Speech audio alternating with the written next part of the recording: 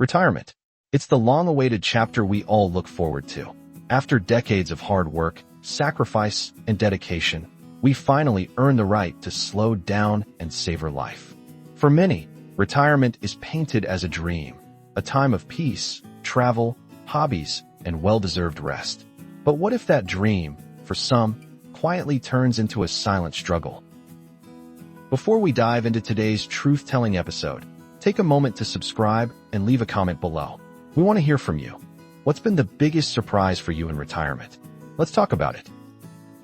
Because today, we're uncovering something that isn't often talked about, the dark side of retirement, a reality that creeps in slowly, not with a loud bang, but with quiet loneliness, hidden aimlessness, and a fading sense of purpose. It's not about money. It's not about physical aging.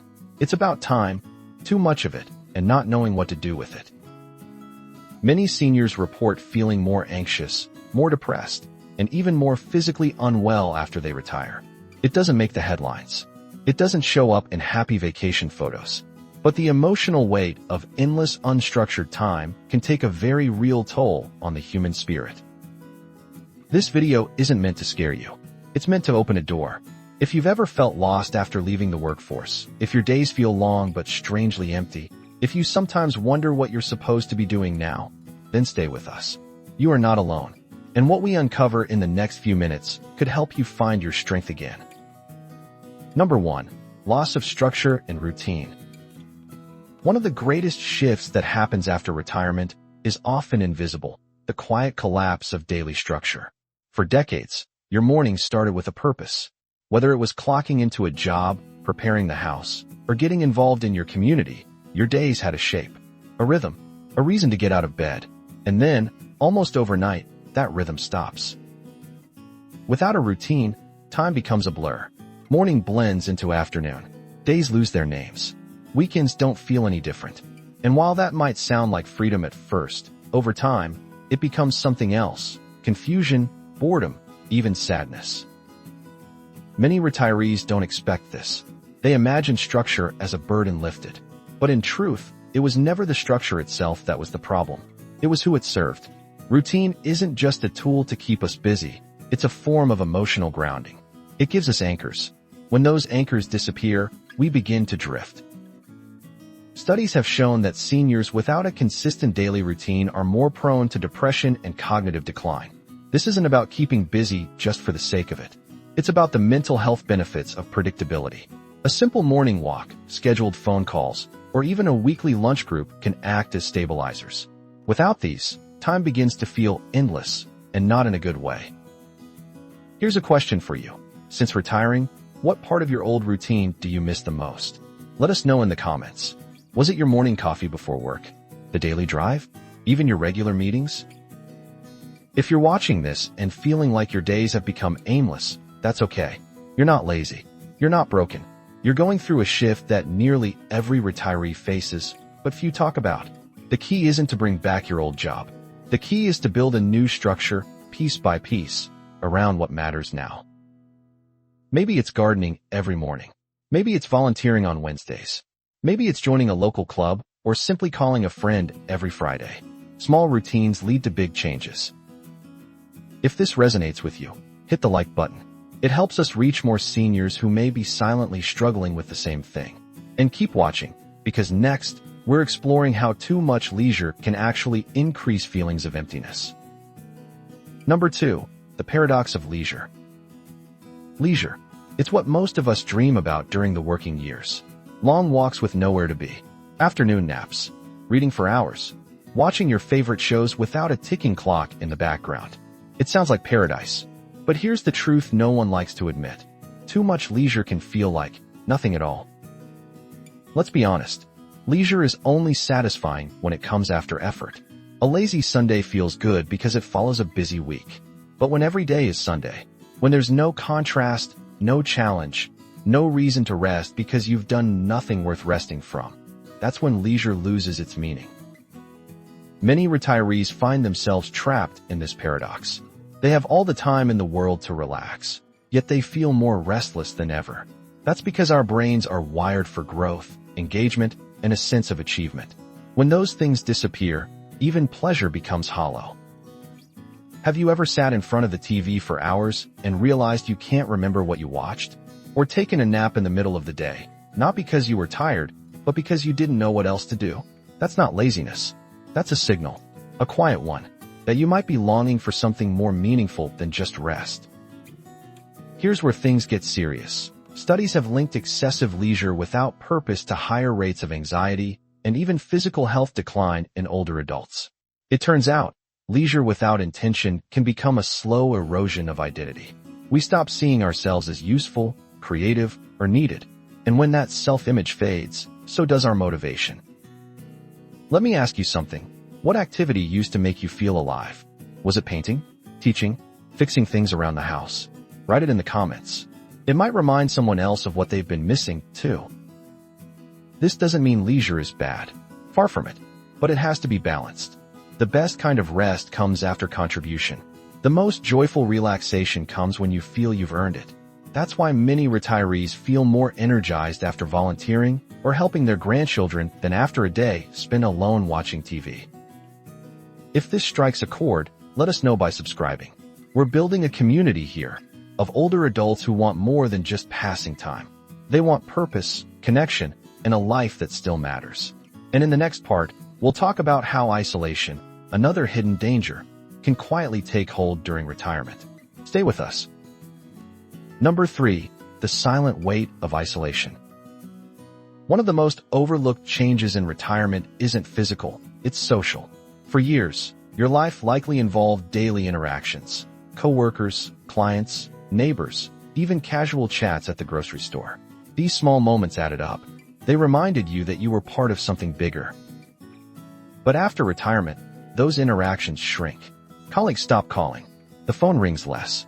Your calendar, once full of meetings or family activities, begins to feel empty. And slowly, silence settles in. Isolation doesn't arrive with a loud knock. It sneaks in quietly. Maybe you start spending more time indoors. Maybe you skip social events because you're just not in the mood. Before long, days go by without a real conversation. You begin to feel invisible. And what's worse, you begin to believe that maybe you are. Let's pause here. Has this happened to you?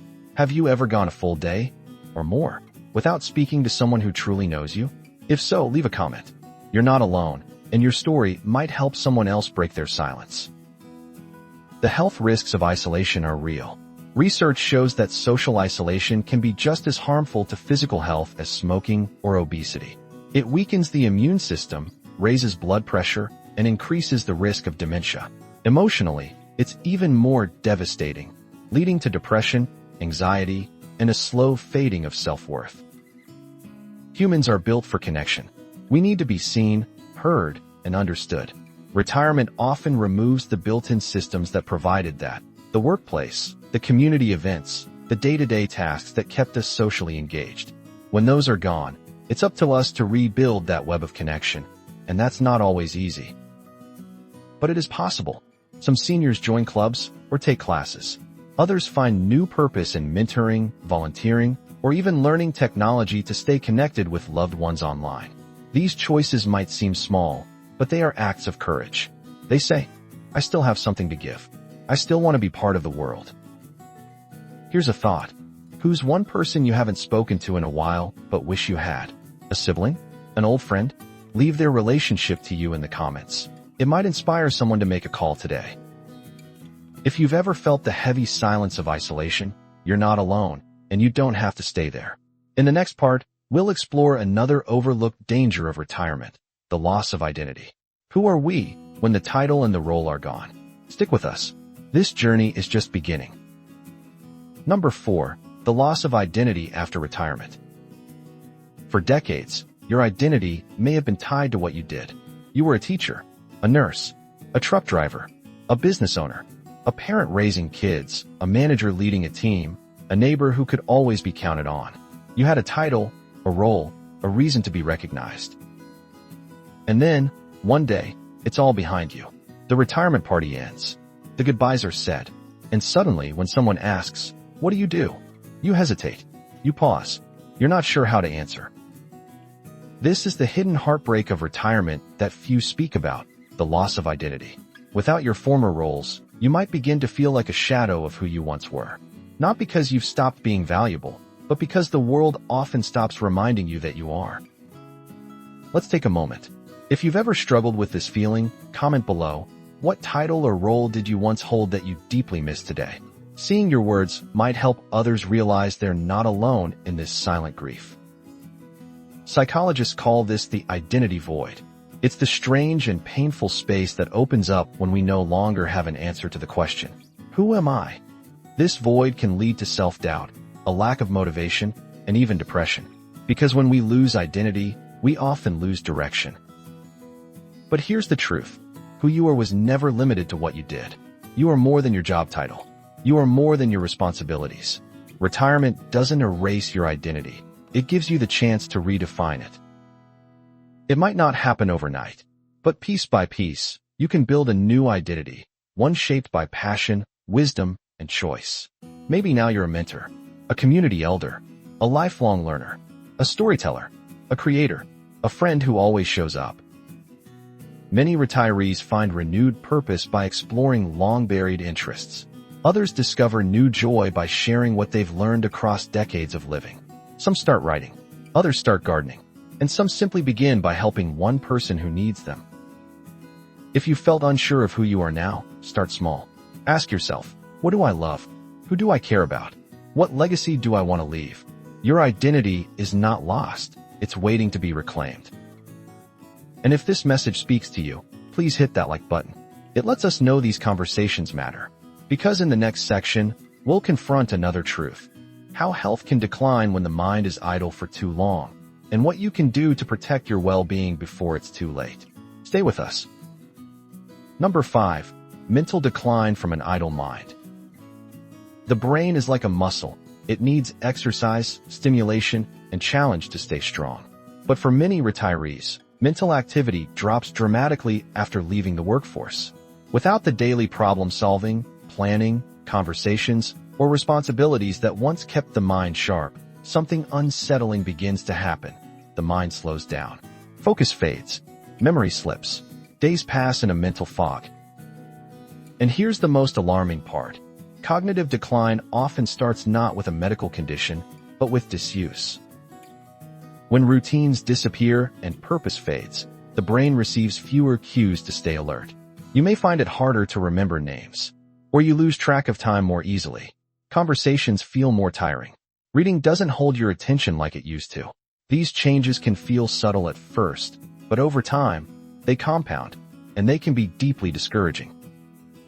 Now, let me ask you something directly.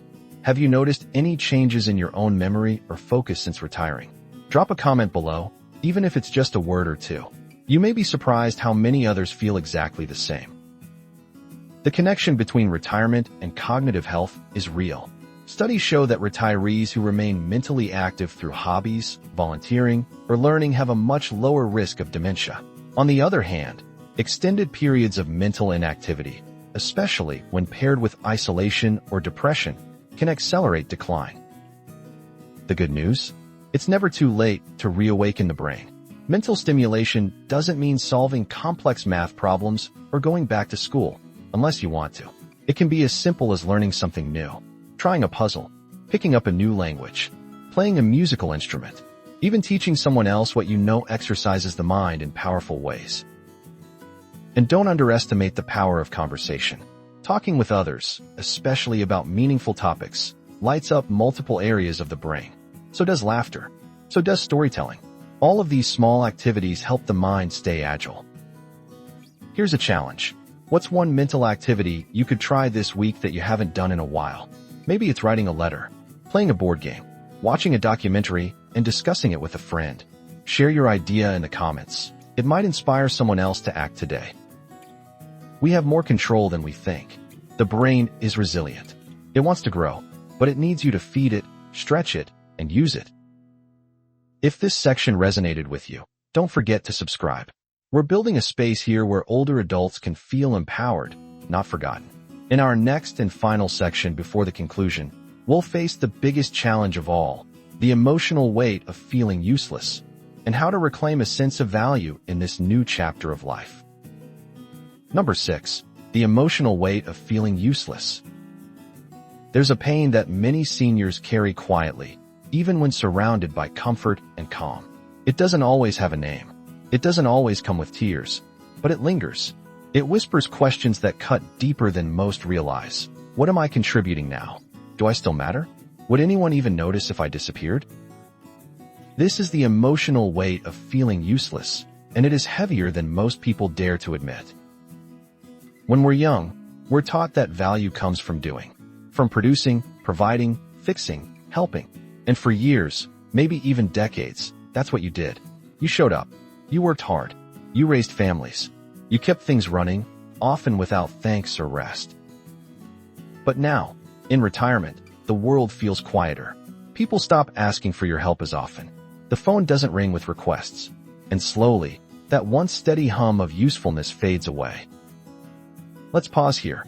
Have you ever felt this weight? This quiet ache of not being needed like you once were? If you have, please comment, even just to say yes. That simple word could help lift the shame someone else feels about it too. The truth is, feeling useless isn't a sign of weakness. It's a sign of how deeply you once served others, how closely your identity was tied to giving, working, and doing. And when that role changes, the heart aches, not because you've lost value, but because no one's reflecting it back to you anymore. But make no mistake, you are still needed. Deeply. The wisdom in your story, the kindness in your voice, the patience in your perspective. These are gifts that only grow stronger with age. The problem isn't that you're useless. It's that modern society often fails to recognize the new ways older adults can lead, teach, and contribute. There are children who need mentors, communities that need wisdom, families that need grounding, organizations that need guidance. The world is full of spaces waiting to be filled by someone exactly like you, not in spite of your age, but because of it. The key is not to look backward for your value, but forward. Ask yourself, what can I give now, not from duty, but from love, from passion, from freedom? Maybe it's a phone call to a young parent in your family who feels overwhelmed. Maybe it's writing your story down so your grandchildren know who you were before you were grandma or papa. Maybe it's mentoring a local student or simply checking in on a neighbor who also feels invisible. You don't need a title to be important. You don't need a paycheck to be powerful. You just need to show up with heart, with experience, with the quiet authority that comes from a life fully lived. So tell me in the comments, what's one way you felt useful lately, or one way you want to feel useful again? And don't forget to like and subscribe if this message speaks to you. In our final part, we'll wrap up everything we've shared and offer a path forward for those ready to reclaim purpose, peace, and pride in their retirement years. Retirement is supposed to be the reward, the golden chapter, the long exhale after years of running. But for many, it becomes something else entirely, an unexpected confrontation with time, silence, and self. We've uncovered some hard truths today. The loss of structure that leaves days feeling shapeless, the paradox of endless leisure that leads not to joy, but to restlessness, the slow grip of isolation, the fading of identity, the mental fog from an unstimulated mind, and the heavy, invisible weight of feeling useless. But here's what matters most. You are not alone. These experiences aren't signs of failure. They're signs of transition, of a life in motion, not decline. There's no shame in struggling with retirement. No shame in saying, this is harder than I expected. Because once you name the pain, you can begin to heal it. You can start building a new kind of life, one shaped not by the past, but by the potential of what's still ahead. So let's look forward together. Maybe today is the day you reach out to someone you've lost touch with, or pick up that book you've been meaning to read, or write that letter, or join that group, or finally say out loud, I still have more to give. You do. Let's keep this conversation going. In the comments, share one thing you're going to do this week to bring more purpose or connection into your life.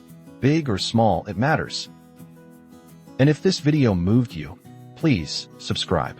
Join our community of older adults who are done with invisibility and ready to step back into the light.